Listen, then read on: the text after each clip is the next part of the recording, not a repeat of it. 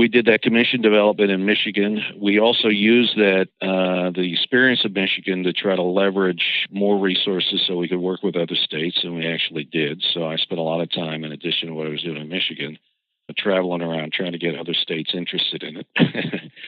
Kansas was another state that put together through this kind of competitive process. I mean, that was the hook. We were trying to get people to get engaged, use the lure of this kind of federal startup money through this competitive application process and the relative codification of these commission entities, for lack of a better word, because they didn't really have a name. They were called commissions only after the '93 legislation. We were trying to use that as a way to get the attention of more people. Well, other states, did a lot differently. Kansas worked very, closely with them, but it was driven out of the Department of Education there. What they put together was a pretty thorough and comprehensive plan, but it definitely reflected something that looked like it was the product of a state education agency. We worked with a couple of other states as well, and, there were different degrees of creativity and design and, innovation and all that stuff. But Kansas and Michigan, through that process, and I have to look back through notes or something like this and try to recall the other states. I guess Massachusetts was one of the others.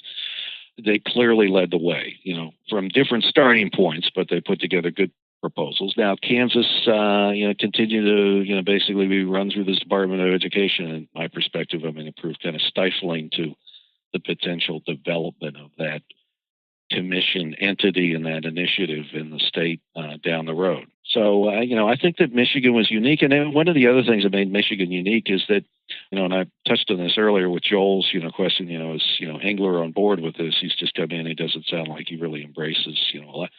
While there was kind of that natural skepticism, there was also, I think a fairly, consistent view that, everything doesn't have to be run out of government. That, we may be talking about, funding from the feds and all that stuff, but this is all basically rooted in the philanthropic sector.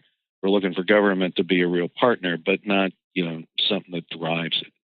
And I think that was a perspective that could basically unify almost everybody there. And again, I go back to Kellogg. It wouldn't have been the case without a Kellogg Foundation doing this, because Kellogg created the environment in which everybody said, hey, we can do this